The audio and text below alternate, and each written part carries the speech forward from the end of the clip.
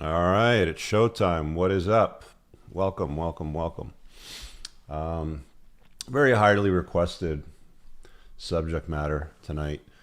Um, I did a poll on the community tab of the channel 2.5 months ago when I was putting the final touches on the course, and wanted to make sure I covered everything. So in this episode tonight, official announcement: the course is open for enrollment. It's pinned at the top comment. If you're watching the replay, it'll be pinned in the top comment of the description and everything like that. But I wanted to go over some of the material, take some call-ins tonight, and give you guys a little bit of free value on the concepts around a business. I know it's something a lot of people want. There's a lot of ambition around it, but there's a lot of pain points around it too, because people do it wrong for the most part, which I'll talk about in tonight's show. First things first, a little housekeeping. Do me a solid, and I'm just going to drop the join link in the live chat. So if you're on Twitter's, Twitches, Facebooks, whatever, do me a solid, hit that link. Head over to YouTube. YouTube is where I will drop the live Q&A link for you guys to join in. These are also always available in podcast form too, guys. So if you're not down for watching a video, you can, of course, listen in on, iTunes, Google Podcasts, Spotify. It's all out there. So you can check that out too if you're a replay guy. But live shows on YouTube, that's where it's at if you have Q&A. And again, tonight I'll be dropping the link for questions. Let's get this thing up. I actually prefer standing now rather than sitting doing these. So the biggest pain point that most guys have when it comes to running a business, you gotta forgive me with the coughing. I'm still getting over the COVID cough. The biggest pain point that most guys have when it comes to running a business is they really have no idea where to start. They're stuck in a never-ending cycle of a job. Job, J-O-B, is an acronym for just over broke. Look, I did a Twitter Spaces last week, and there was a very relevant question that somebody asked, and the dude said, "I've got a good job, I get paid well, I have thoughts about starting up my own business, but I'm not that ambitious about it. I'm making," I think he said, like into 150,000 or so. "I'm happy with that for the most part. My employer's good. He treats me well. Should I, dip my toes into starting my own business?" And to be honest with you, if you're happy with what you're doing and you're content with your job and your employer treats you well, if that's for you, then do it, right? I think that's harder and harder to come by today for dudes, especially in, things have changed. 2022, when I got in the workforce, I'm going to date myself here. Here we go. When I got in the workforce in the early 90s, I think it was like 91, 92, men were still good at being men, and there were good men. There was not a lot of crossover. There was no wokeness. There was no "I stand with the current thing," crammed down employees' throats. I think the worst, probably the most annoying thing that I saw when I was working in corporate was there wasn't any of like the, "Oh, you have to do this, that, or the other thing." It was the silly fundraisers, which is what kind of like was the start of it all, right? Support, Karen's new cause for this, and it was a donation. You just throw a couple of bucks in, sort of thing like that. But I hear so many complaints today from guys that are like all about, "I have to put pronouns in my bio and I'm not down with that," or there's some like event that I have to attend that they drop on me that is not aligned whatsoever with my value system. So that's a real big problem that a lot of people, deal with in the corporate space. And what a lot of guys have said to me is like, "Look, I feel like I'm bumping my head up against a glass ceiling. I can only make so much money. There's, 30, 40 people in a department, and there's only one promotion, every couple of years, or there's only one opportunity for advancement every couple of years. And even though I'm the best employee, I don't get an opportunity. Somebody else gets called in advance because they've been with a company longer. My boss doesn't like me, any number of reasons. And I get it. That's one of the biggest reasons why when I pivoted, when they gave me a package, and I talk about it in my book as well in the Unplugged Alpha, back when I was around 30, I think it was. I ran a few businesses when I was a kid. I had a mobile car cleaning business in high school. I ran paper routes. I had some of the subcontracting done out to other kids that would help me, with the routes. I'd deal with return bottles. You'd make 10 cents a bottle, stuff like that when I was a little kid. So I always had the ambition to figure out ways to make money, mostly because my parents wouldn't give it to me. All my friends would have an allowance and I would get nothing. I think one of my friends at the time was getting like $5 a week, and my dad's like, "Yeah, I'll give you a quarter." Anyway, so out of necessity, I like cool shit, wanted to buy cars and all that sort of stuff. So yeah, when I pivoted when I was about 30, it was like they give you a package, they send you home, and then you have the option to go and work in another place, which is going to be pretty much more the same BS, or you can go and do something yourself. At that point, I had worked in a corporate world for 10 years almost, and I had a skill set that was unique. I had good contacts. I had insider knowledge on how credit cards were issued, how they were settled, how debt was run through the collection cycle, what percentage of it would ever get sued, what bankruptcy was, what consumer proposal was, I just knew it all like the back of my hand. So I was like, you know what? There's not a proper solution out there, so I'm going to introduce it to the marketplace. And I did very well with it. I built one of Canada's fastest growing companies. I was recognized 3 times by Profit Magazine for hypergrowth. World Blue gave us an award for company culture. I was nominated by Ernst & Young for Entrepreneur of the Year. It was heydays, man. It was awesome. From 2003 was when I started. 2004-05 was when it really took off, up to about 2012, 2015. And I pretty much did an earn-out buyout with the business. My brother runs it, and I got out of it completely by about 2019 or so. So I get the pain point, right? It's like, it looks sexy, it looks fun. I mean, even today, there was some data that I read in a research paper a few years ago on the swiping habits of women on dating apps. And the number one profession that women would swipe on when they standardize all other conditions, it was a double-blind study, was airline pilot, and the second was entrepreneur. So the problem with that, though, is that's been pretty much diluted today. There's a lot of people out there that will say that they're self-employed or that they're an entrepreneur and they run a business. But the truth of the matter is, if you're not doing something that's cracking $1 million a year in sales, you're generally trading a job for self-employment, where you make about the same money, sometimes more. But the problem with it, though, is that most guys that lean into that and they go and create their own business, they end up building something that exposes them to more legal risk, because when you're a business owner, you can get sued. You can't get sued as an employee. If you're an employee in a company making $150,000 a year in a decent position, if something goes sideways with the business gets sued. The CEO of the company has to deal with it. So when you run your own business, if you fuck up, guess who gets sued? You. And if you're making the same pay or slightly more than what you were before, where's the benefit in that, right? So I don't see a lot of guys thinking big enough. And there's an entire module in my course that I cover on, basically the kind of business that you want to set up, the kind of business that you want to avoid, and everything that kind of ties around that. So again, the pain point's real, right? For those that aren't running their own business, they don't know where to start. For those that are running their business, the vast majority of them are not running something that's defined as an ELF business. So if you haven't heard this term before, ELF stands for easy, lucrative, and fun. Old term coined by Joe Polish from back when I was listening to his I Love Marketing podcast back in the day, probably a decade over ago. I know he still uses the term. I was talking to Steve Sims about it the other day, and he has a opposite term for that. The counter term is half business: hard, annoying, lame, frustrating. The vast majority of people that start a business or are currently running a small business right now is a half business: hard, annoying, lame, frustrating. what you want is an elf business.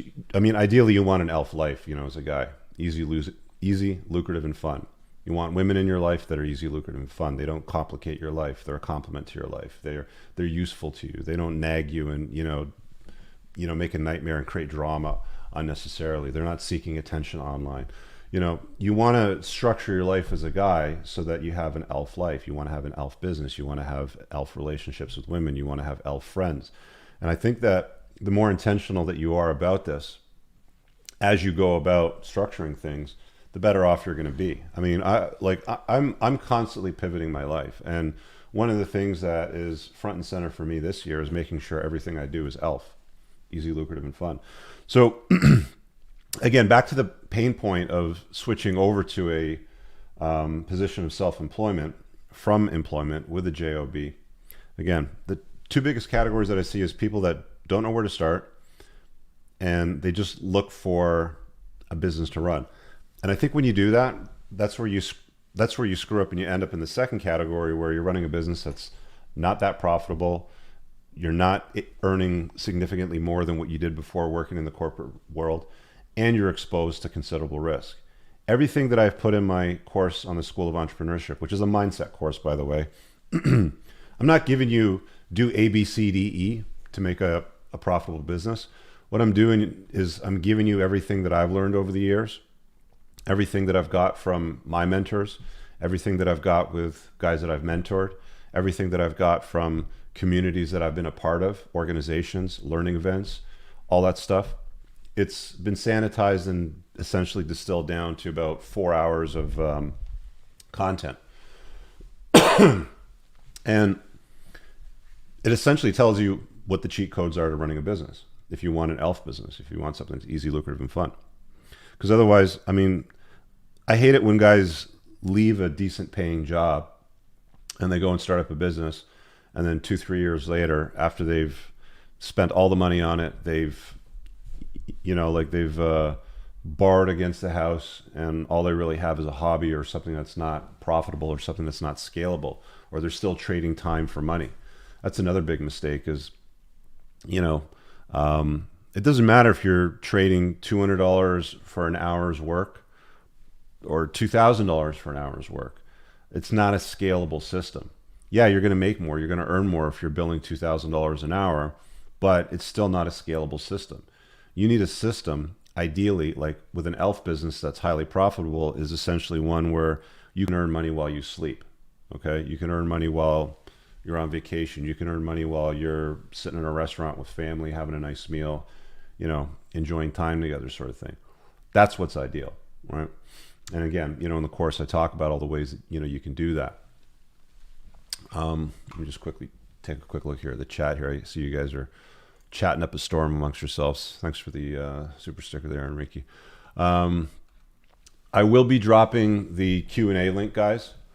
Probably in about 10 or 15 minutes. Just a few more things that I want to cover. So if you have questions, I will be taking some calls and grab the shared screen here. Yeah, thanks for that, Chris. So Chris is part of my community. He got the early version of the course a few weeks ago. Fantastic course. Finished it this morning while showering for the day. It's not that long. I hate stuff that like rambles on and uses filler words that's unnecessarily. I just get right to it. I just cut right to the point and I get right to it. Let me show you the modules so you have an idea of what you're dealing with. And again, guys, if you want it, the course is pinned in the live chat right now. It just says learn more about the course and purchase there. I'm going to show you the landing page when you click through and walk you through the modules. So if you click through that link, this is where you'll get. Let me just spread this out a little bit. So here's all the modules here that I've put in this Teachable. There's 3 modules dealing with mindset. I actually initially recorded this in one fell swoop, but I had to break it into 3 parts because they wouldn't let me upload it as long form. There's like basically a 30-minute limit on modules, but there's 3 mindset modules. There's another one on taxes, legal matters, and insurance. And by the way, guys, This is all stuff that you explicitly asked me for about 2.5 months ago when I was putting the final touches on this.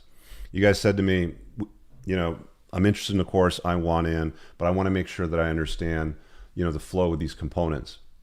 And while taxes, legal matters, and insurance will vary from country to country, from an overview, I fly you up to about 20,000 feet, and I talk about when it's important to consider things like your tax obligations, how to handle legal matters when they come your way, when and why you need insurance. Like, one of the key things to deal with legal matters, as an aside, if you're an entrepreneur, if you're an aspiring entrepreneur, I explain it in more detail in this module, but you're going to get people that are going to send you shit, and they're going to try to change and modify your behavior. For the most part, 4 to 5 times, and I learned this from a partner of mine that I'm still running a business with that happens to be a lawyer, but he sees himself as an entrepreneur first. When you get a notice that's not registered in court with a plaintiff's claim, explicitly stating what damages were suffered and why they're suing you, it's just a letter that says, I want you to change this behavior, change this, take this, do that, take this down, whatever. You can just run it through the shredder, or you can wipe it with your ass like toilet paper. This is essentially what a lawyer told me. This is a game that these guys play back and forth to rack up billable hours. And you can avoid all that, avoid the headache, and avoid the stress, because truthfully, at the end of the day, if they're just sending you a notice in the mail that says we want you to change your behavior, but they haven't spent the time and money to create the actual plaintiff's claim, register it in court, go down and pay the filing fee and all that sort of stuff, and then properly serve it to you with a process server, they're not serious about what they're trying to do. They're just trying to egg you on. They're trying to goose you, right? So you can save a lot of time and money doing that. And I found that it's pretty accurate because, I ran TDF for almost 17, 18 years. It was going up on 20 years. And every year or two, you'd get a notice for some bullshit. And honestly, after I had that conversation with my partner, I saved myself so much time and money. For the most part, it's just a ploy to waste your time, and it just goes away. Ideal types of businesses to run. So I've got a module on that covers that in specific detail. One of the big mistakes that I see guys make today is they want to be an entrepreneur, they want to run a business, they think they have a good idea, or even if they don't have an idea, they kind of pick up on others. Let me just switch this over here. I feel like this doesn't need to be that big. They kind of pick up on other guys' modules. You'll see things on social media, Facebook, Instagram, stuff like that, where there's a guy standing in front of a Lambo and he's like, I'm 22 years old and I retired and I make $50,000 a day in my sleep doing Amazon FBA. Bullshit. It's not like, you can just buy a course and do A, B, C, D, and then replicate a Amazon FBA business, for example. And I'm not picking on Amazon, but that's the one that I, happen to see the most. But one of the things I talk about extensively throughout my course is physical products suck. They create extra layers of complexity, which you can completely avoid by getting into a service-based business or an information-based business. And I talk about all the details why in the course. But there are ideal types of businesses that you can run that create the kind of freedom that most guys are generally looking for. Most often dudes are like, I just want to be on a beach and, with my laptop and make some money. Okay, well, I cover those kinds of businesses and why they work that effectively, and how location independence is a big, big part of that elf sort of lifestyle that you want to create for yourself. So there's a module again on ideal types of businesses, developing a network. Look, if you're self-employed and you're going to run a business and you're going to be an entrepreneur, you need a network. You need to have guys holding you accountable to certain standards, guys and gals, it doesn't matter. I've been a part of different forums that were either structured all men or, a combination of men and women. Women do bring value to the table when it comes to running a business. They have a totally different strategy, which is an interesting component I can talk about another time, or maybe I'll save that for the Zoom webinars. But you want a network. And I spend time in that module talking about how to build a useful network that can support your goals, because it's going to get lonely, especially when you achieve success. Before you achieve success, people are going to question you. Your family's going to say, you're crazy. Just get a better paying job. Play it safe. Why would you want to expose yourself to that risk? That's never going to work, blah, blah, blah. Your friends will do the same thing. But what will eventually happen is all of those people, while they're shitting on you, telling you not to do it, trying to, pull you back in the bucket, like crabs do, at some point when they start to see your success and you end up, like, do I still have it here? Oh yeah, dude. Like, I remember when this hit the front page of the Toronto Star, right? That's me, okay? Front frickin' page, business section, the most popular newspaper in Toronto. When my company got recognized for hypergrowth, everybody that used to work for me, knew of me, told me that it was never going to work to begin with, started reaching out to me. For like 3 days, my emails and my phone were like, pinging off the hook. And that will happen, right? So you're going to want a network to support you, because most people are not going to believe in you or support what you're doing, and you're going to need to build something around that. It's actually one of the reasons, like one of the bonus components of this course that I've built for you guys. And by the way, it's open right now for enrollment. The enrollment closes at the end of the month. Okay, so on Saturday it's going to close, and then we're going to, the students get all the deliverables. We're going to do the monthly Zoom calls, and there's some bonuses which I'll talk about later. But course is open right now. You're going to want the network for the support when you're in the growth phase. And I talk about, how to build that, where to go. Government and regulations is something that I never really contemplated when I started up my business. I was just like, I got a good idea, I'm just going to go do it. And, when I was a kid running a mobile car cleaning business and delivering newspapers and returning bottles, it's like, the government and regulators don't bother you. One of the big things that I came across in my industry with debt settlement was when I was going down to the trade shows down in the US, and they were starting to talk about AGs. And if you don't know what the AG is, it's the Attorney General for each state, and they're litigious as fuck.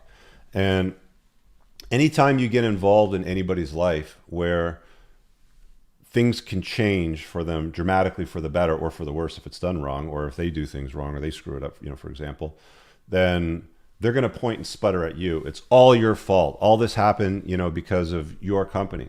And there was a huge amount of activity, especially in the mid 2000s and up until about 2012, 2015, with regulators coming down on the debt settlement business. And that had a whole downstream, cascade with a lot of American companies coming into Canada, and it played a big role in the demise of the Canadian market, because they ended up to overpromise and underdeliver on what it is that they were going to do. But you have to understand that government and regulation is going to come your way anytime you get involved in somebody's life. So if you sell a nutraceutical, like for example, my entire supplement line, I don't make these supplements. Okay, it's basically white labeled, like a known company that has a tested product that meets all the government regulations and is held to the standards, takes care of the manufacturing. I put my label on it, and it's, distributed with my logo and all that sort of stuff. So that's good. That's a better way to do it. I've had friends I had a friend that I met at a business mastermind event down in Cabo San Lucas in Mexico. We were doing some off-road racing, and we spent a day together in the car, and he was telling me about how he developed this amazing, highly profitable product which would make skin tags fall off your body. And pretty much everybody has a skin tag somewhere. They're not moles, they're like tags of skin that come off your skin. For some people it's on like their body, their neck, their head, like stuff like that. And he basically found natural ingredients that he would put in a blender, blend it up, put it in little packaging with instructions on how to apply it. And it was all, distributed. He made a ton of money. It was very effective and it worked very well, until the Attorney General in his state caught wind of what he was doing and said that it had to be regulated because of the ingredients in the product. And they basically sued him into the Stone Age because he did it wrong. So you have to understand that if you're going to do anything to manipulate somebody's body, their health,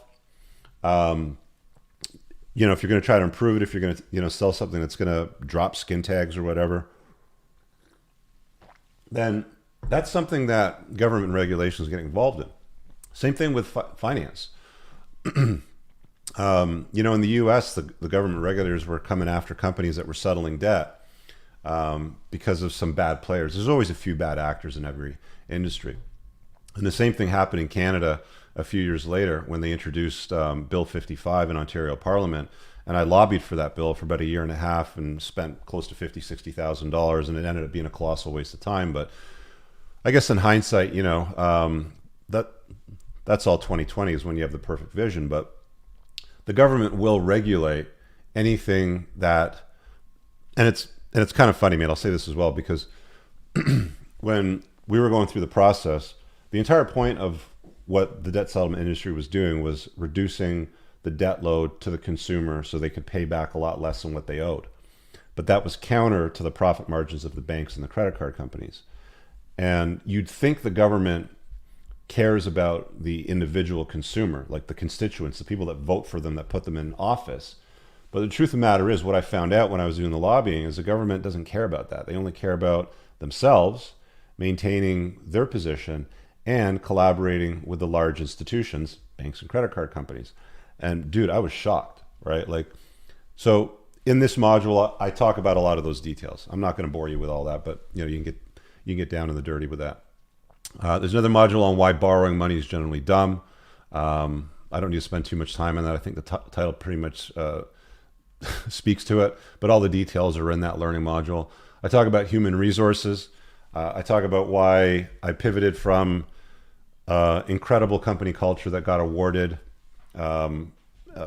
Basically, there's a video on my Total Debt Freedom channel. So if you go search Total Debt Freedom company culture, you'll see the kind of company culture that I had and the amount of money and resources I put into that part of the business.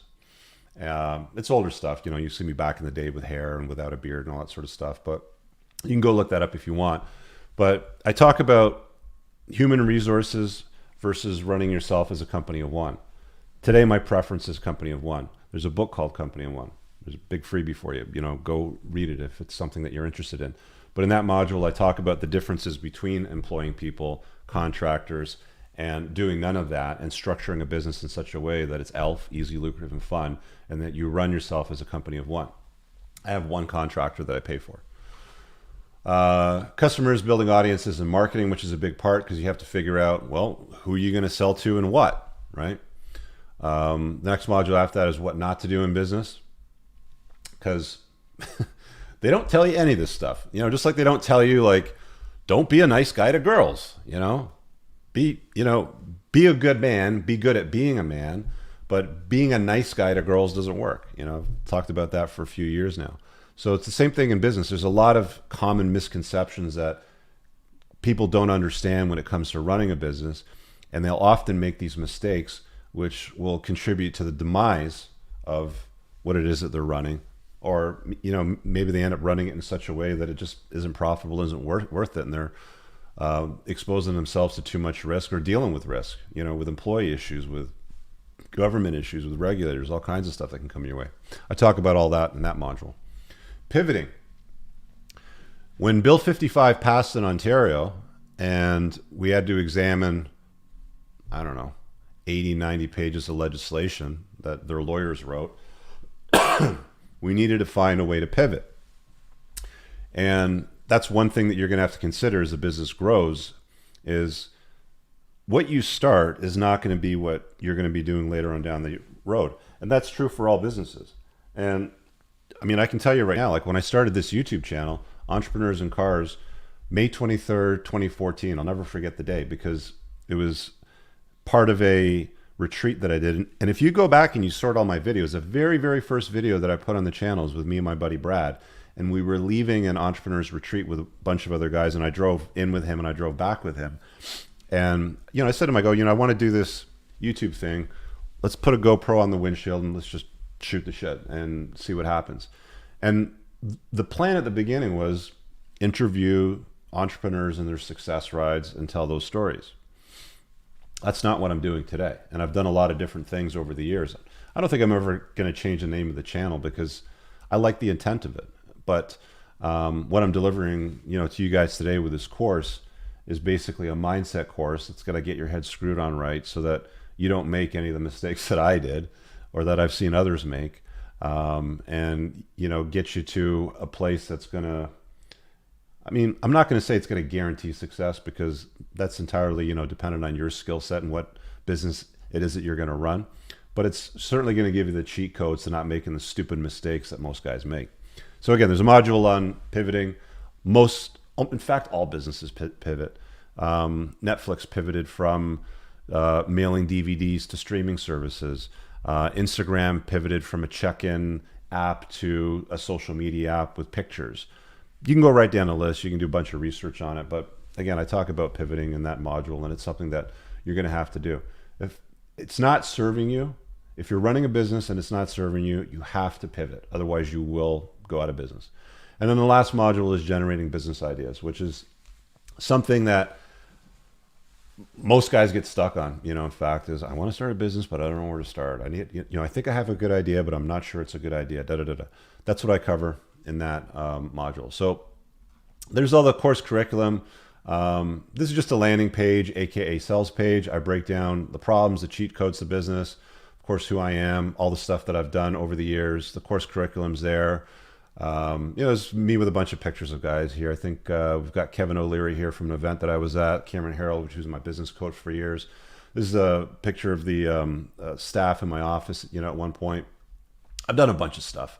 I've done tours. Like one of the big things that I did over the years as well was when I was running that business was I wanted to see examples of other companies and what they did. So I would either drive to or fly to whenever I was going to an event. So when I went to this EO university out in Whistler, of course you land in Vancouver, and my old business coach was partners with Brian Scudamore at 1-800-GOT-JUNK. And by the way, he grew this business from 2 million in sales to 106 million in sales over 6 years. Fucking phenomenal growth. You don't see that very often. So it's like, okay, well, why wouldn't I, when I'm going to this university, head over to 1-800-GOT-JUNK and hang out with Brian for the day? That was, this is one of the other guys on my forum at the time. So, like success leaves clues. You've got to go out there and study. And I talk about marketing strategies. I've used everything. This is me doing a radio ad. You have to go down in their studio and they have all the soundboards and stuff and they record it and it goes in. I've tried everything. I've run radio ads. I've done television. I've done pay-per-view clicks, fax broadcasting, email marketing. I know what works and what doesn't work.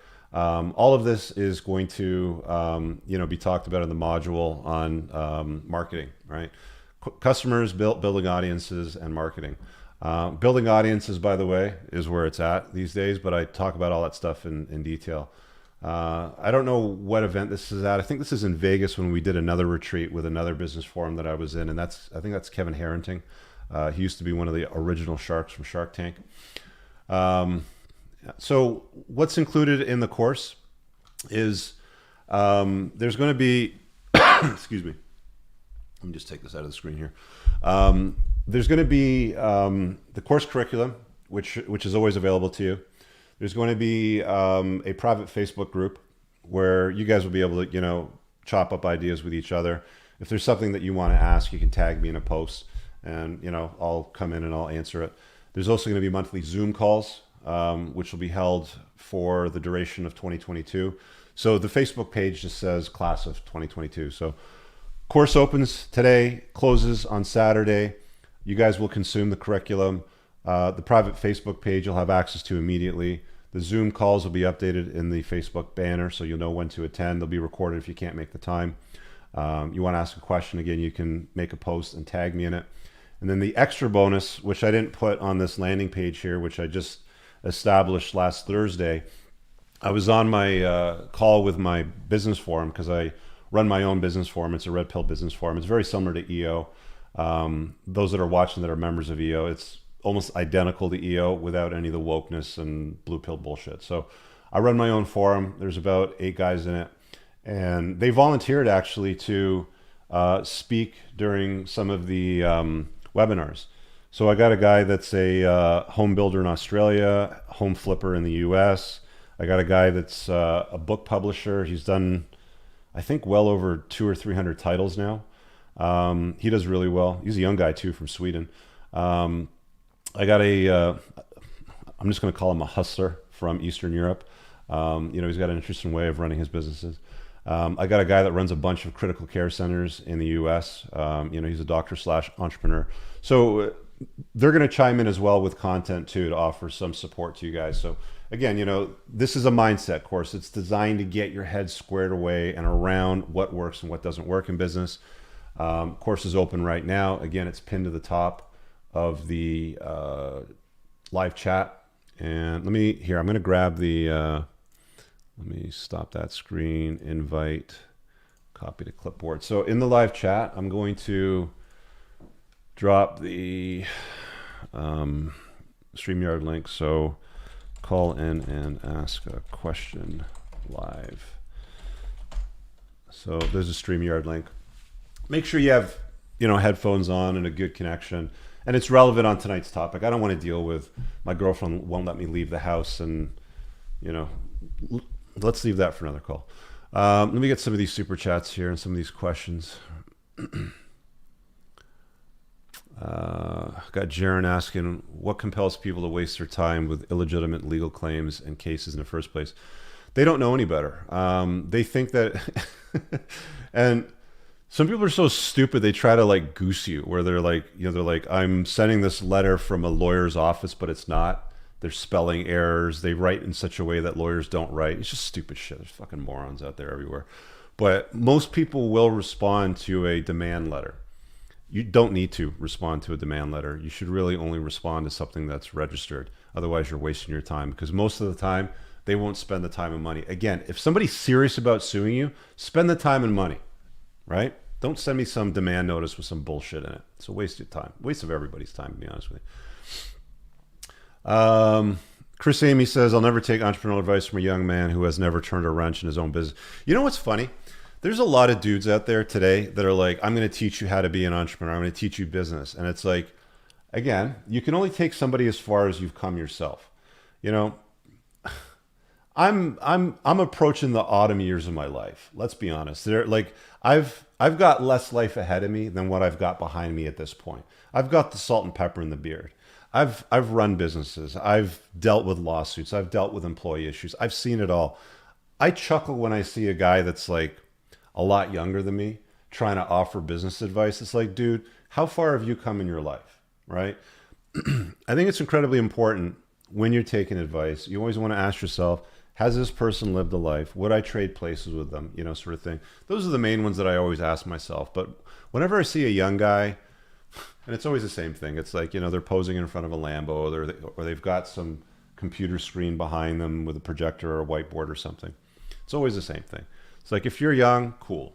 Maybe you can teach a 17-year-old something, but you ain't going to teach me shit, buddy. If you enjoy your job, make good money, other than lack of freedom, what are the downsides for working for the man? You're never going to achieve true financial freedom. I'll be honest with you. If you Google in your town, like here, let me just go over here on my other screen, and I'm going to say,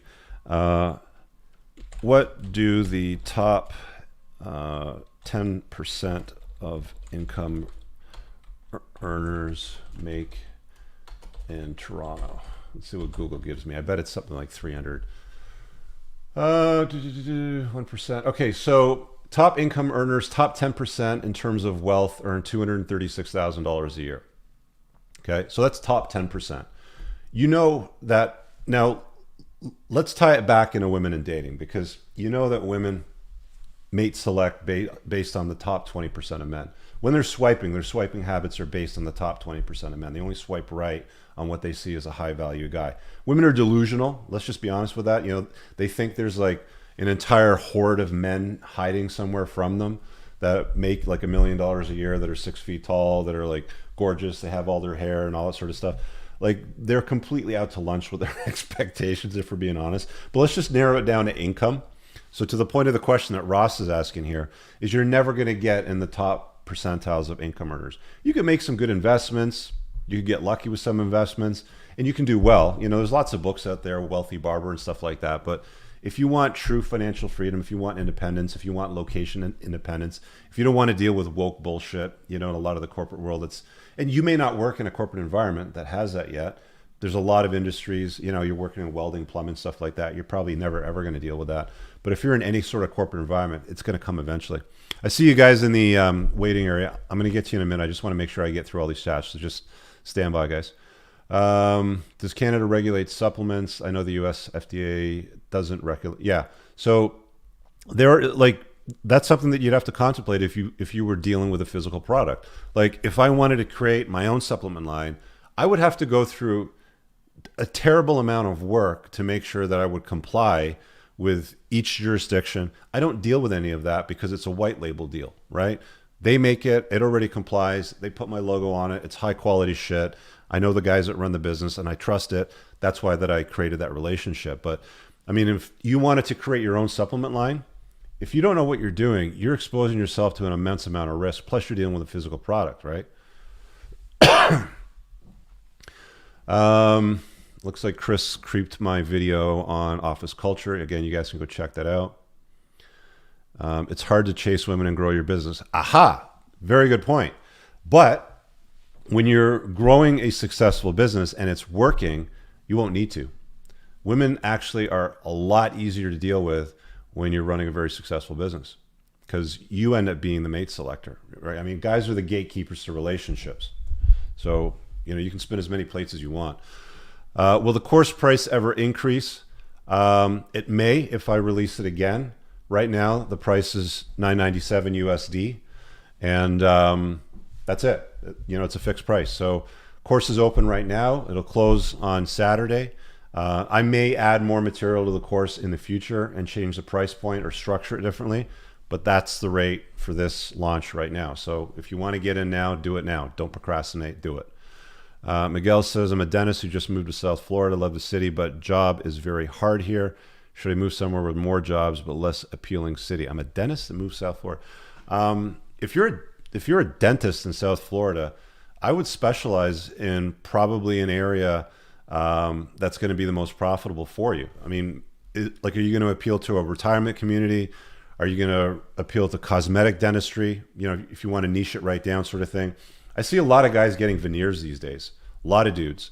They don't want to deal with Invisaligns. They don't want to deal with braces. They don't want to deal with the timeline that's involved in that. So they'll go and spend, I don't know what the cost is for them, 10, 12 grand to get these fucking implants put in over their teeth. And, you know, boom. So niching down is usually where the profits are often found. JR says, looking forward to it, Rich. All right, yeah. So let me throw my headphones so I can take these call-ins. Again, if you guys want to get in on the course, it's pinned at the top.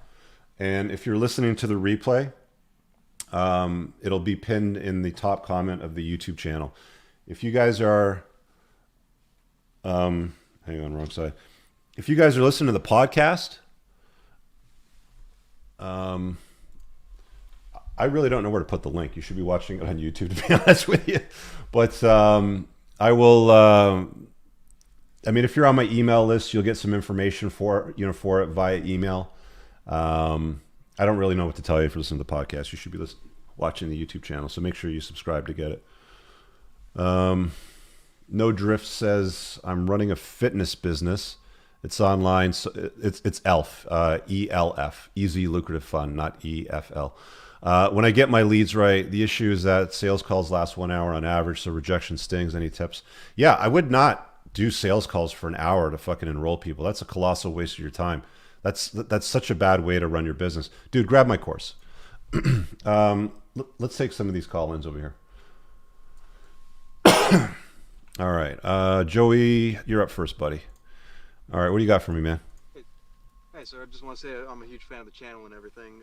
Thank you. I was just curious about when you say you went to go start your own business and everything. When did you find the confidence to jump ship? Because I'm thinking about starting my own business, but I don't think I'm I don't have the experience. How old are you? Ready. 24. Have you ever worked in the corporate world? Do you have any life skills?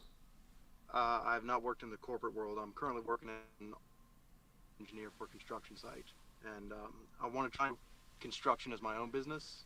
Okay. So I mean, like one of the problems that you're going to run into. For Can you hear me, Joe? Because you're breaking up. Yes. Okay, so yes, I'm sorry. I'm sitting in my car right now. Yeah, maybe just kill the video feed just so it's audio, so it doesn't break up. Because I'm not sure if you're hearing it. I'm not sure if people can hear it. Listening. Is that better? One of the things you're going to running into anything with construction and trades is you can make a lot of money at it, right? Um, I mean, I've got a guy in my group that's a home builder in Australia, and dude does very well. But I mean, he'll probably be the first to tell you. I mean, like you guys will hear in the Zoom webinars because he's going to hop in and do a presentation on it. But he'll probably tell you straight up, it's not an elf business. You've got contractors that you got to rely on. There's always an ongoing lawsuit with something. People aren't doing their jobs right. They show up late. They fuck up jobs. They got to get fixed. I mean, my angle on my mindset course is build yourself a business that you're going to love. And you just have to understand that if you're going to get into something, with trades or construction, make sure it's worth your while. Make sure that you structure it in such a way that the profit margins work, that it serves you, right? Does that make sense? Yes, sir. Yes, sir, definitely. And I see But a I lot mean, of like, that stuff on the ground. right. But I mean, like the other thing that I wanted to also mention too is you're still a very young guy, right? You said you're 24, and I'll be honest with you. Like one of the things that contributed to the success of the business that I ran when I started it when I was 30 was I spent about 9 years in that industry, in various positions on every portfolio, from student loans to sundry items to overdrafts to credit cards, everything. And I saw the inner workings of everything, and I saw problems that popped up. So I then was able to present a solution to the problem. So I'm not saying that you need to work 9 years in the industry, before you can see the inside problems and maybe offer solutions to them. You may want to get a construction. You may want to offer a B2B solution, which just means, business to business. Maybe there's something in the construction industry that you can offer a solution to, that you can charge a hefty fee for, that will create something that's an elf business where you don't have to deal with, contractors showing up, or they show up stoned, that day, or they don't show up at all, or they show up late, or they show up incompetent. I got a lot of friends that are in the trades, and it's a constant problem for them finding good work, right? So you can eliminate a lot of those things, again, if you structure the business in such a way that it serves you. So I would invite you, one, take the course. The link is up there. It's for sale now. Closes on Saturday. And two, when structuring the business and building it, make sure that you've got a good, viable solution, and that you structure it in such a way that it operates as easy, lucrative, and fun, rather than hard, annoying, lame, and frustrating. Yes, sir. All right, that sounds good. As far as reaching out to customers, if I can ask another question. Yeah, last one. As far as reaching out to customers and everything, what's the best way to network so that I can actually reach these people, the contacts and everything that I need for this? I'm guessing just time in the industry. There's a module in my course for that, so I'm going to leave it at that. Like that. All right. Thank you, sir. Thanks, man. All right. Let's see what Thomas got here. Rich, love your content. Fiance broke with me 10 years ago when I got sick and lost my job. Happy last week. I'm heartbroken, lost it all. You'll be all right, but you'll be just fine. Just, dust off the shoulders. Just get up. It's incumbent on you as a man to figure shit out, guys. It's incumbent on you as a man. Hey, Don. Hey, you were on last week.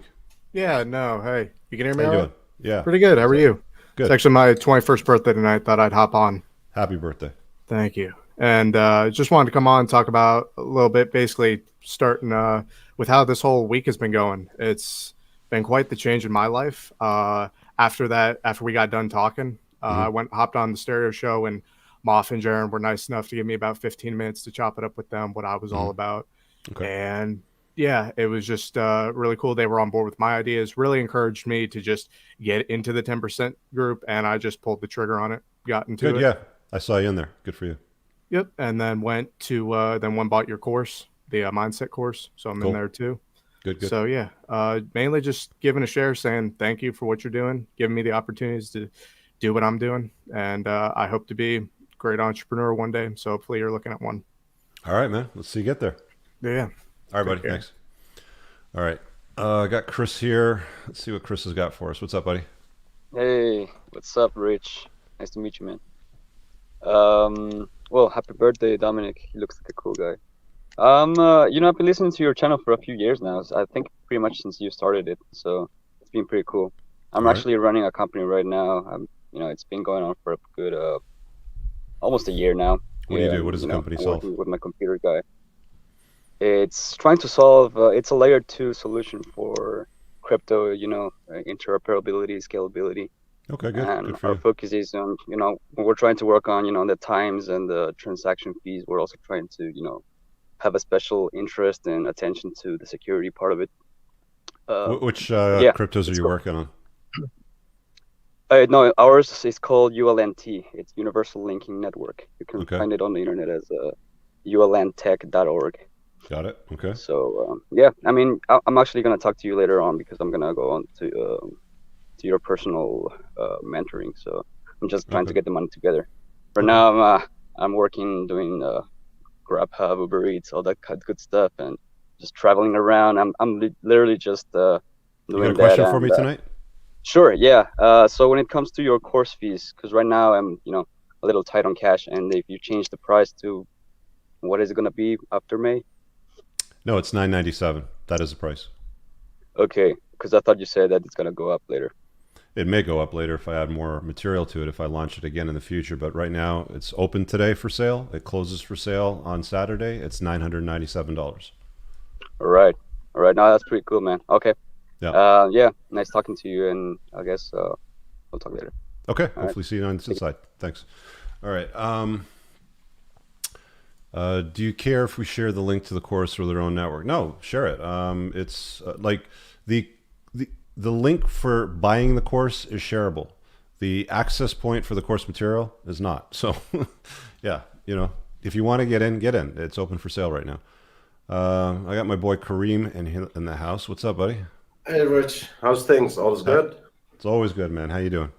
I can't to not interrupt here. I cannot. Like I love macroeconomic, and I want to give like some insights for the guys. Go ahead.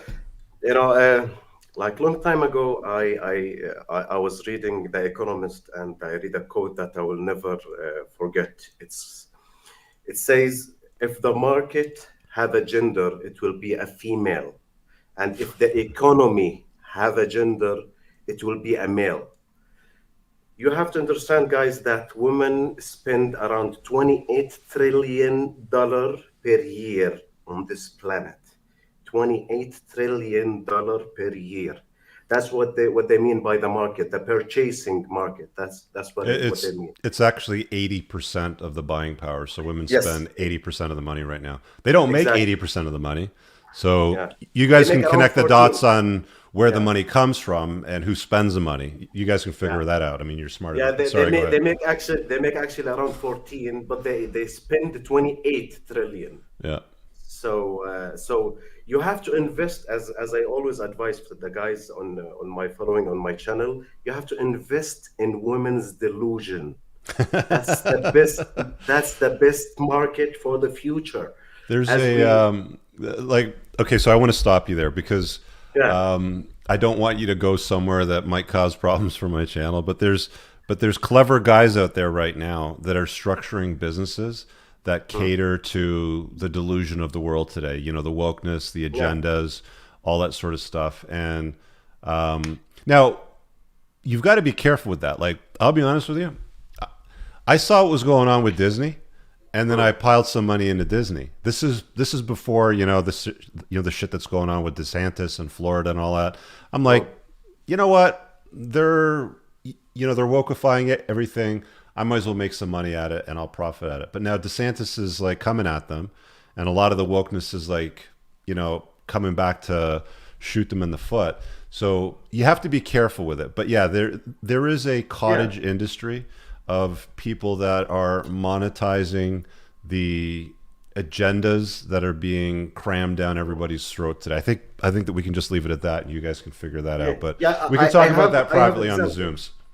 I have example, like small examples from industry, which is that the IVF freeze eggs industry, Sure. which Yeah. is the pet industry, the dogs, cats, like, and their accessories and their needs, and the beauty industry, like these three main example.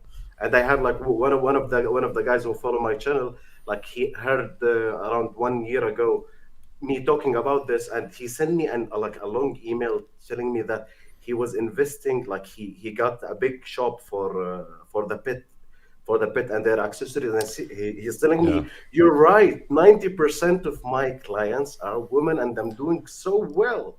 let me tell you something about the pet industry here in Canada, because when I was doing those applications for the Hypergrowth Awards, there was either 50 entrepreneurs in the room or there was 200. And there was this one girl that I met there who was running a pet clothing company. And she was like in the top, I think 15 or something like that. Like she had very, very fast growth and super profitable. She was actually Chinese, so she would fly to Asia. She had all the contacts there. She could speak, the language. And she was bringing over this cheap shit clothing that basically post-wall women were essentially buying and putting on their dogs. And it was dog targeted. So it was like, booties and like ribbons and all this like foo-foo stuff. But she did very well, man. So yeah, there's a lot of money to be made in those industries too. Yeah. That's what I want to say. Thank you. Thank you, Rich. See you, Kareem. Bye-bye. Thank you. Again, guys, if you want the course, if you're watching live, it's pinned at the top of the live chat. If you're listening to the replay, I'll make sure it's in the description and pinned in the top comment of the YouTube channel. Do you think there's an opportunity to specialize in positive masculinity in therapy? I work in counseling and want to target young adult males. That's interesting, because I think you'd probably be better targeting the simp economy. OnlyFans has proven to be a very, very profitable business model. Can you target positive masculinity in therapy? Yeah, but see, one of the things I talk about in the course, one of the modules, is that people like buying painkillers. They don't like buying vitamins. And the simp economy, essentially is a painkiller for simps. They want to interact with and engage with attractive women they want to be with, and OnlyFans scratches that itch. If you're selling them a vitamin like positive masculinity, people don't generally buy that. I mean, you do have an audience for that. Like I take loads of vitamins. I sell a supplement line. These don't kill pain. Like these help you grow muscle, burn fat, lower your estrogen, boost your testosterone, all that stuff, right? So selling vitamins can be done. I'm not saying that you shouldn't do it. Do it if it's what you feel passionate about and you think you got a good angle. But just understand, when you're selling painkillers, aka to the simp economy, you'll probably build a faster growing business, unfortunately. Let me grab Mateus here and let's see what you got for me, buddy. How are you, man? I'm cool. Do you hear me? Yeah. What do you got for me tonight? Nice to meet you, Rich. I just wanted to ask some advice. Yeah, my situation is like this. I've been working in sales for the last 10 years. I'm 30 right now. And I got laid off from my previous job in February. Okay. So I saw as an opportunity to get into freelancing. I'm freelancing as a voice actor, narrator, things like that. I want to ask you if it's good to start now that I'm 30 or keeping sales, because these last months I haven't got a paying job still. So Where do you live? Argentina. And how old are you? 30. Okay. So you're talking about going back into sales or doing voice acting? Precisely.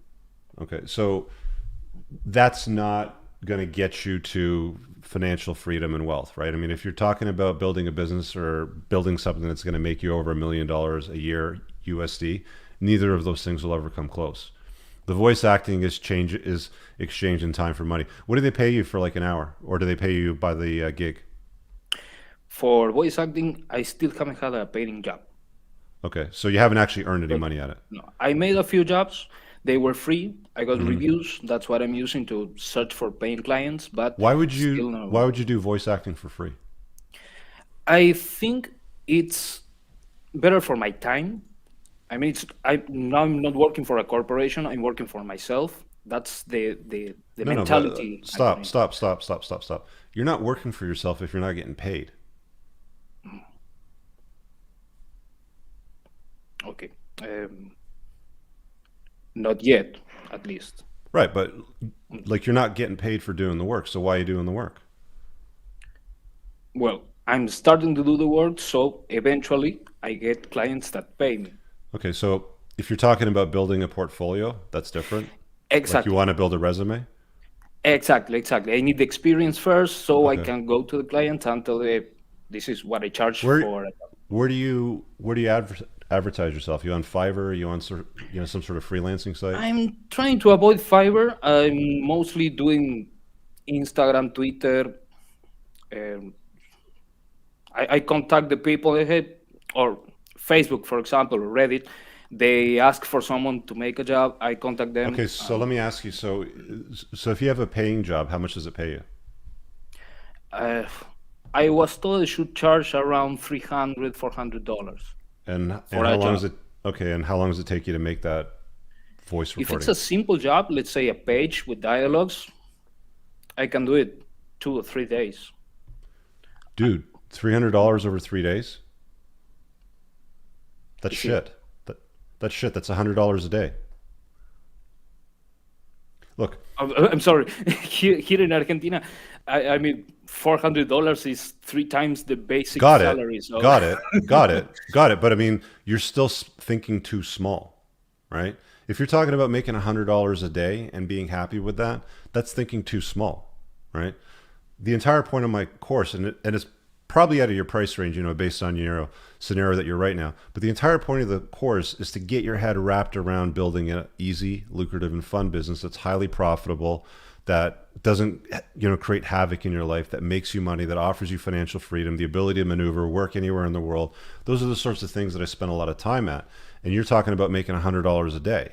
That's way too small thinking, right? I'm just being honest with you. I mean, like, I know a guy that lives in Argentina that does, he has a YouTube channel and also does music, and he teaches people how to play jazz, and he does, duets with them, all sort of stuff like that. He probably makes that in like 15 minutes, right? Just I've just never because seen of the that way kind that of he's just because of the way that he's structured his business. Now, again, when you raise your standards and when you hold yourself to a higher minimum line, like in the sand, if you will, again, raising your standards. So when you raise your standards, then you're going to do better. And there's going to be people that you're going to have to leave behind. I mean, there's probably a lot of people around you that are okay with making $100 a day. And if you set a goal of making $1,000 a day, then you're not going to be hanging out with $100 a day crowd or the $50 a day crowd, right? That's why I'm saying, like, I want you to think bigger, right? Like, you're thinking too small. Newsflash, we're all going to die, okay? What happens after we die, we don't know. Who cares? It doesn't matter. That's not up for debate right now. But what's factual and true is we're all going to die. So why would you spend time right now working, with the goal of making $100 a day when your goal should be much bigger? So what I'm inviting you to do, Mateus, is to think bigger. Think outside of the box. Like, one of the modules in the mindset component, I talk specifically about how great entrepreneurs think. And they don't color within lines. They don't think, about, conventional ways of doing things. There's in the box thinking, there's outside of the box thinking, and then there's guys like Steve Jobs that didn't even see the box. Right? Elon Musk is another good example of that, right? So the most successful ones, the ones that build the most impactful businesses, the ones that have the most freedom, the ones that make the most money, they don't even recognize the box anymore. But you're still thinking inside the box. You're thinking too small. It's like, if I exchange some time and I do this for this gig, I'll get $300 and it'll take me 3 days to do the audio recording sort of thing. It's too small thinking, man. It's too small. I'm just being honest with you. no, okay.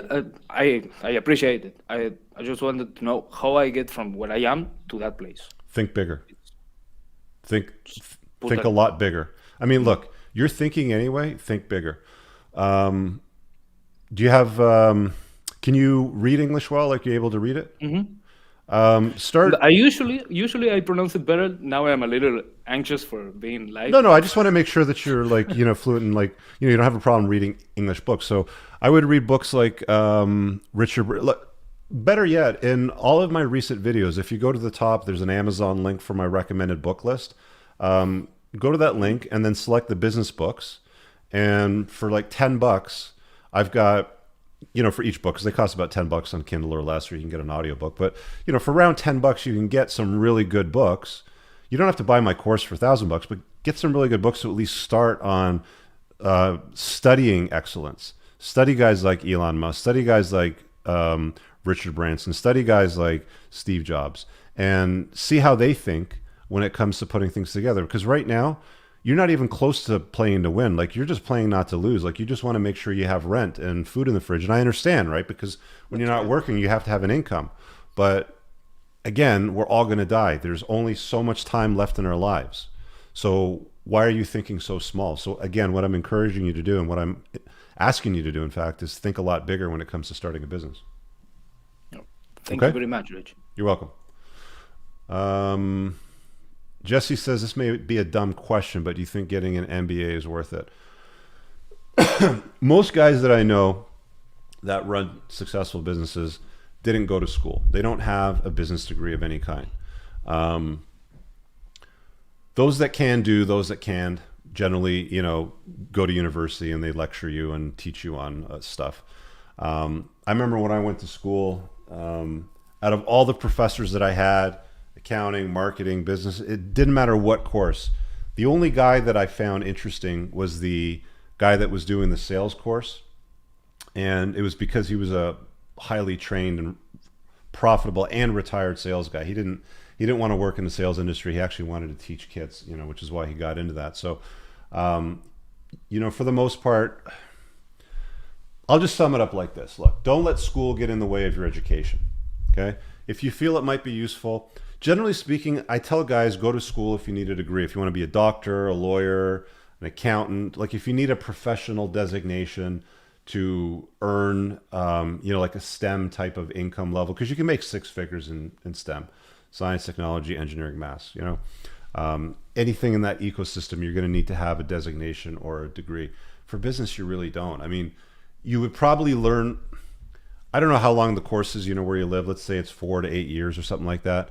You would probably learn more immersing yourself in the corporate world, trying to climb the corporate ladder, maybe moving from one business to another to, see the intricacies of all those things, spending a lot of time in that. You'd probably learn more hands-on during that 48 years than what you would sitting in a classroom. I'm just being honest with you, right?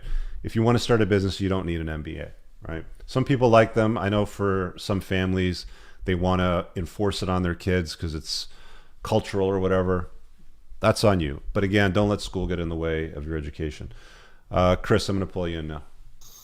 What's up, buddy? Hey, brother. How you doing? I'm good, man. How are you?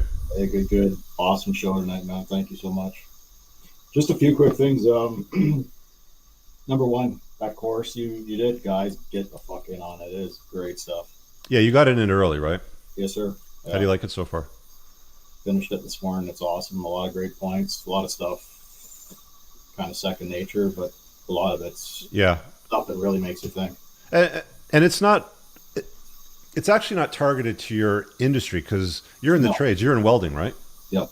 Yeah. So did you still get something out of it? As a business owner, big time. Okay, big good. Time. Yeah, for sure. Yeah, I just was going to say for those guys who are looking to do it, I mean, just a couple quick points here. Number one is like loneliness is an absolute bitch in business, and don't be afraid to put in work. And it's going to be lonely while you're doing it and building it. Mm-hmm. But yeah, and like the crazy hours, like, I mean, what are we, 9:15? That's my night tonight after we're done. Don't be afraid to do it. Like you say, do the work, right? Mm-hmm. And was wondering that the forum that you have for the business tier, is that ever opening up at all? And what are the prerequisites? I don't think so because I've got one and I got my hands full with it. Okay. I might structure something where somebody that's an EO trained facilitator does another chapter or like runs another forum. But to be honest with you, it's a lot of work. And I used to run 2 of them when I first structured them. And then what I did was a couple of guys, fell off on either one because they weren't a good fit. And I kind of blended them together and I had like the best, like the best of the best sort of thing. It's not really where I want to go. Okay. For me personally, running something. But as far as support for you, I know you got the course. I know that you're on the Facebook page. Hop in the Zooms. You know where to find me if you need me for anything. Right on, brother. Right on. All right, man. Well, Awesome. Thanks so I much. appreciate you sharing your experience, man. It's cool. Thanks. Have a good night, eh? All right. Axel. All right. Let's see what Axel's got for us here. How you doing, buddy? Hey, I'm doing well. Rich, can you hear me fine? Yeah, man. Loud and All clear. right, perfect. So I'm curious about the course, but there's a few things that really stick out to me. Kind of just like recently, I've been in the workforce for, well, I'm 32 now. I'm kind of starting to reevaluate what I want to do in life and kind of where my passions really lie. I'm based out of Vancouver, so that's another thing about the city too, is kind of where I'm based at. There's a few things that I start to really think about when it does come to starting my own business or just going down this path. And one thing that's kind of that I'm always stuck on is analysis paralysis. I feel like that there's ideas that come to me, you know, they seem great at one point, and then I give them maybe 30 minutes or maybe half a day. I think about it or I run it past some people, and sometimes it leaves, sometimes I'm still stuck on it. Are you self-employed right now, or are you working for somebody? No, I'm working for somebody else. So I'm looking Okay. to go outside of that route. I want to kind of drive by myself. I am a more DIY person, so that's kind of why this is really sticking Okay. out to me. Okay. So the idea of having a proper vetting process, feasibility, scaling things forward, and also developing a proof of concept is something that I'm kind of like stuck on and wondering how do I get over, Well, I can sum it up myself. Well, I can sum it up for you this way. I mean, there's stuff in the modules that cover different versions of that as it kind of expands into different areas, but it's far better to deliver an imperfect product first than to take too much time to deliver something that's absolutely perfect. Right? You know, that whole analysis paralysis is something that's going to, it just sucks a lot of perfectionists into this like crazy vortex of bullshit. And Yeah. I'll tell you the story. I mean, I shared in the course material too, I think, but I had this friend that was in a forum, and he had a big exit on a business, made a fuck ton of money. He didn't really need money, and he went and created this new business with his partners. And I think for almost 2 or 3 years, every forum meeting, how's everything going? You know, where are you going with things? You know, like the updates sort of come, and it's like the product's never released, and they're always working on it, and they're always tweaking it, and they're always working on it, and they're always tweaking it. And I said to him one day, I go, dude, you know, you're 40, you're burning through cash. Sorry, you're burning through personal cash. Then he's also burning through cash in the business at a burn rate of like 60 grand a month, because it was him, 2 other people, and a couple of coders. And I was like, some 20-year-old with exactly the same idea with a case of Red Bull and a bunch of boners is going to fucking fly right by you and put it out to market first and destroy you, right? And it's like, yeah, you're right. So he put it out like within about 30 days of that. So don't get too caught up in like the perfection, like the absolute perfection of the product. Deliver something. Like, I'll tell you right now, I don't know if anybody has any issues with the course material like as it stands. I mean, I gave it to my internal community about 3 weeks ago, and about 25 of them bought it. I gave them a nice coupon code because they're community members, and everybody had good things to say, right? So I don't know if something's not working on that, but if it's not working, that's cool. I'll fix it next time, right? Like if I miss something, that's cool. I'll add another module next time. Like, it's far better for me to ask for forgiveness than to ask for the permission of everybody that I'm delivering exactly what everyone wants, because I'm not going to make everybody happy. I mean, if enough people say, hey, you know what, I really wish that you would have spent some time on this thing. All right, I'll add that to the next module, and I'll make it free to the ones that already bought it, right? Yeah, and that comes down to product development at that point. You're iterating it at that point and improving on it further.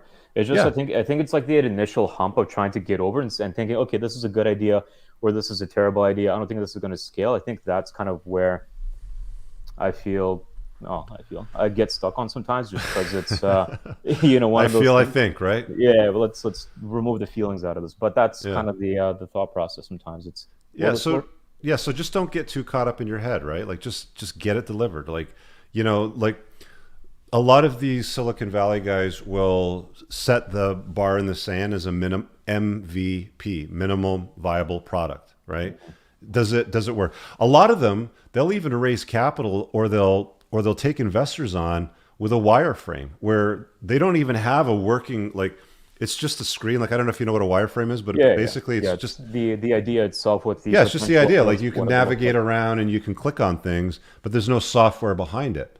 So all they do is they basically show you, you know, what it looks like. It's like the outside of a house with nothing on the inside, basically, right? So it's pretty common in the business world to just, you know, make sure that you get a viable product out. Again, it doesn't have to be perfect. Just get something that's working out.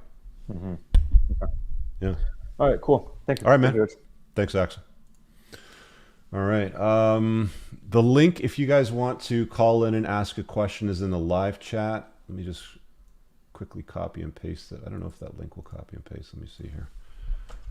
Oh, it does. Perfect. All right. So probably have time for a couple more calls. Andrew, I'll get to you in just one sec. I see you there waiting. Again, if you're interested in the course on the entrepreneur's mindset, it's pinned at the top of the live chat. If you're listening to the replay, I'll make sure it's in the description and pinned in the top comment for you to grab. It's open right now. Today's April 25th. The course closes at the end of April, which is on Saturday. So enroll now if you want to get in on it. Let's see what Andrew's got for us. How you doing, bud? I don't know if you're muted or if you don't have a mic, but I can't hear you. Let's see, is this good? That's good. There you go. Okay. What is it? Earbud. I thought I was getting rid of the what was it? The noise canceling. Let's see. To be honest, I actually don't have anything. They actually answered my question. They actually asked the same questions I was going to. Okay. As far as procrastination? So, yeah, I'm freelance at the moment, looking to actually open up and go into a legitimate business rather than just doing random freelance work market stuff. If anybody in the trades knows what that is. So, yeah, I'm actually have a little bit to think about. Okay. All right. So I love your stuff. What is it? I'm looking to buy the course. It's kind of one thing that one funny realization with this was that pretty much no matter what the price is, because that's a bit out of price range, but it's kind of like, I don't really care. I'm just going to come up with the money. And it's kind of funny realizing that, because it's always on the mind. I'm always inside the mindset of it needs to be cheaper. It needs to be cheaper in order for somebody to actually seem more viable as a product. Gotcha. So it's, yeah. Anyways, sorry, sir. Okay. Thanks, Andrew. Hate to waste your time. Appreciate you coming on. Thanks, man. Yeah. You know, I've got people that have said that it's out of their price range or they can't afford it. It's not for you. Like, you're not ready to start a business then, you know, to be honest with you. Like, see, there's something that I learned a long time ago about information, and when you've got tenure, basically, is that people are willing to pay for well-organized and sanitized information. We only have 24 hours in a day. Everything that you'll find in my course, you can probably find on the internet or in books or sitting down with somebody. But you're going to have to sit down with a lot of people. You're going to have to read a lot of books. You're going to have to watch a shit ton of videos. I've just taken all of that and I've saved you all the time. I've organized it for you. I've created a community. I've got webinars. And I have, you know, the bonus again is I've got the men from my business forum that are also going to present on areas that they're experts in. The course is easily worth 5 to 10 times what the price point is. It's $9.97. It's not cheap, I understand, but you know, that's the price of admission. Hop on in. Let me see here what we got here. I got a guy waiting, but it says device is not connected. I don't know if your audio is not connected, Assad, but I'm going to let you try to figure that out. Let me grab Gabriel over here and we'll pull him in. Gabriel, how you doing, buddy? Hey, Rich. Nice to meet you. Good. What do you got for me tonight? Well, let me tell you a little bit about my business. I live in Bolivia, but I started freelancing and offering my services to the US. I actually started working with a company in Toronto. It was a property management company that specialized in short-term rentals and renting properties on Airbnb. So I started my own company. I registered an LLC just to get a bank account and get paid easily by my clients. And I started to grow. I was a little bit overwhelmed, so I hired a virtual assistant because I was basically trading my time for money. So in theory, I work 3 days a week full time. Then my virtual assistants take over, but I still have to supervise everything. but I'm kind of stuck in this point that I can't find a way to grow consistently. Mm-hmm. That's Well, basically you're where I'm stuck. supervising an assistant that's supposed to be doing work for you that's supposed to save you time. Do you really need this assistant? Or like, okay, two questions to contemplate. One, do you really need this assistant? And two, do they really need to do the tasks that they're performing, or can they just not do them at all? Or can you automate them, somehow? They can take care they can take care of almost everything, but if something that's not very common comes up, I need to intervene. Okay, well, you want them to make decisions for themselves too, right? I mean, like, that's the problem with human resources, is you pay them money to perform a task, and then you have to hold their hand to perform certain tasks. And I talk about that in the module on human resources, right? And if you structure the business in a smarter way, you ideally don't need to deal with much of that, or you deal with a lot less of it, is what I'm saying, right? Like, when I tell guys that they complicate their lives and they justify why they do it when it comes to women, it's the same thing with business, right? A lot of this, moves around for different areas of our lives: self-care, women, relationships, friends, business, right? Like, are you unnecessarily complicating your business and then justifying why you're doing it because you want to have an assistant that performs tasks that perhaps maybe don't even need to be performed? Yeah. It's just, I'm just saying, it's food for thought, right? Yeah, perhaps I need to put the structure together so they can get the answer somehow without having to ask me all the time. So one of the things that you can do with your employees or contractors that you have is, if they come at you with questions like, I don't know, what to do here, or what's the solution to this, tell them, don't come to me with any fucking questions until you come to me with two possible solutions to that question, right? So if they're constantly asking you like, I don't know how to perform XYZ, or I don't know how to answer this person, then stop them right there and say, well, what do you think the answer to that problem is, right? Good. That is the exact solution. You already knew the answer. In future, when you come to me with problems, make sure you have two possible solutions to that problem. Otherwise, don't come to me. Got it. Right? Because again, if you're running a business, you want it to be easy, lucrative, and fun. Human resources are human beings. They're supposed to be smart. They're supposed to fucking think. Let them earn what it is that you're paying them for their tasks that they're performing, and get them to use their brains. Because if you're babysitting them, like every step of the way, or they're coming to you with problems, consistently for things that they should be able to solve, then why are you hiring them? Like, what are you paying them for? Yeah, that makes total sense. Thanks, Rachel. I'll definitely get your course at on the high. It's a bit pricey for my income here in Bolivia, but I'll definitely make it work and grab it. Okay, appreciate you, man. Thanks. All right. I don't know. I can't, Assad, I can't add you, dude. It says device not connected, so I'm not really sure what you're on, but maybe you should leave and try to come back or restart your device. Ernesto says, of course, so I think I've seen your name on the Facebook page, Ernesto. I'm pretty sure you're in it, but it'll save you hundreds of hours and thousands of mistakes. It's well worth the pull. Like, look, again, I know that in certain countries, $9.97 USD is a lot of money, and you can't avoid that. But you should be charging more for what it is that you're doing, right? One of the points that I make in the course is you should be charging fees in the reserve currency, and that happens to be the USD right now.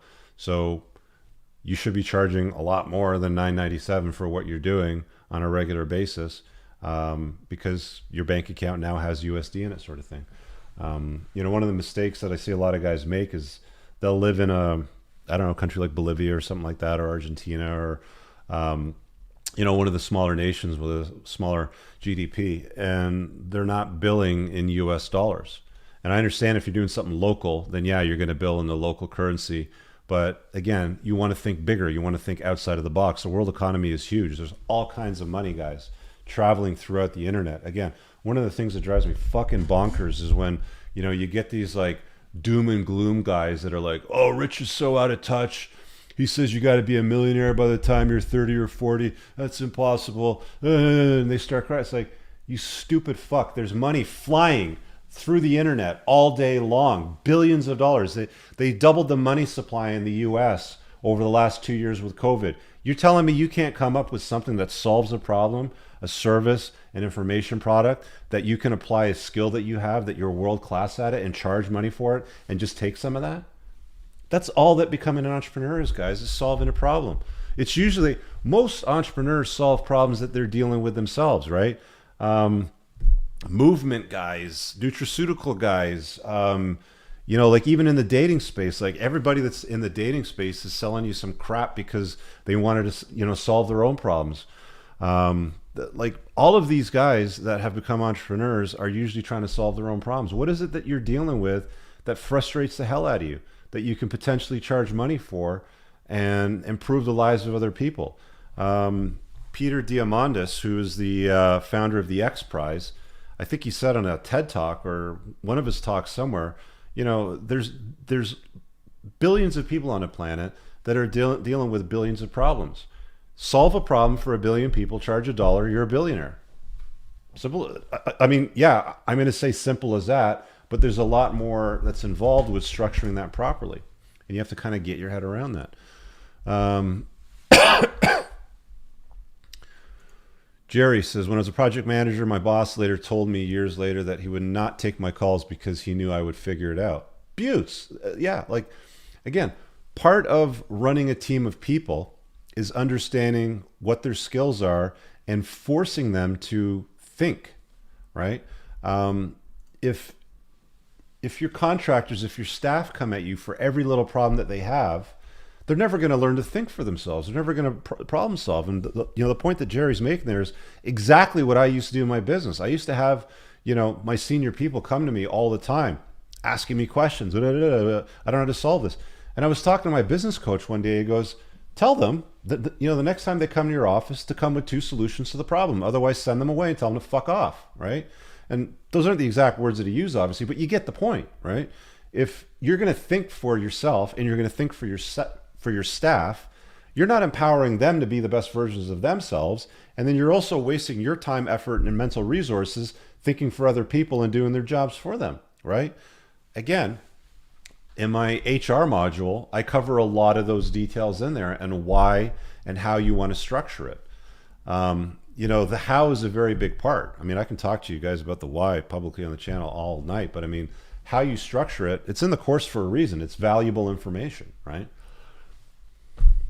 Again, guys, if you're fed up with your job and it's not what you want and you want more out of life, or if you're running a business and it's not making you the money that you want, or it's too stressful, or it's exposing you to unnecessary risk, it might be time for a pivot. Grab the course, right?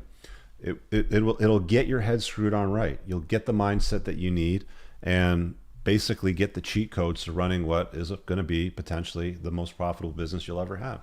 John Stone says, sir, I'm a teacher, 29, who knows a little about business. I woke up one day and felt the call to create a business. Any skills I might acquire first?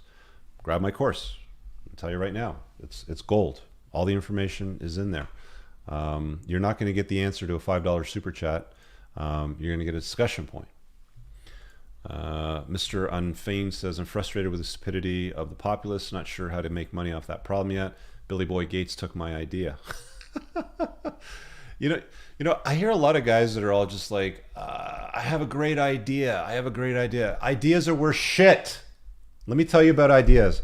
They don't matter at all. You need execution. Ideas don't mean shit. Everybody's out there with a great idea and they think that they're going to make $1 million. I remember I had this guy once and he sent me this a few years ago. He sent me an email. He's like, I got this great idea for blah, blah, blah, and I need you to sign an NDA. I'm like, for what? What's your idea worth? It's worth shit. Do you have a customer list? Do you have sales? Do you have any working models? It doesn't matter. Ideas mean shit. Your idea means shit. I'm telling you right now. Unless you can execute on it and have people give you money for whatever it is that problem is it's going to solve, it's not valuable. And then, guys will go and blame, some other guy for taking their idea. Well, you sat back on your idea. You didn't do anything with it. Anyway. Ma, for you in the chat, do you want me to I think I saw a notification on my phone. So go to stereo after this. Moff is on stereo. He's going to do a companion show after this. You guys can chop it up with him a little bit over there. Again, the course is open for enrollment. Today is April 25th. It is pinned at the top of the live chat. If you're going to catch this replay, I'll have it in the description and pinned in the top comment. Enroll. The course closes on Saturday. The enrollment fee is $9.97. It includes the course material. It includes the the private Facebook community. It includes the live webinars, the monthly live webinars. And the bonus is I have a bunch of guys from my private business forum that are going to do their individual presentations. And again, I have a guy in there that's in Sweden that's a book publisher that's put out over 250 titles. He does very well. He's actually a young guy too. Got a home builder in Australia, got a house flipper in the States, got a guy that runs a bunch of critical care centers in the US, urgent care centers. Got a lot of stuff in there, right? And I even got a hustler in the group too. So check it out. If you guys, want to unlock your potential, grab that. I hope to see you guys on the inside. I got a couple more videos coming out this week. And, later on this week on Thursday, before I forget, I should make the announcement. I've got Dave Lesperance coming back on. I had him on about a year ago. He's a trained lawyer. He's not a licensed lawyer right now, but he lives in different parts of the world. He's a Canadian guy. And he'll show you how to minimize your tax liabilities, get extra passports.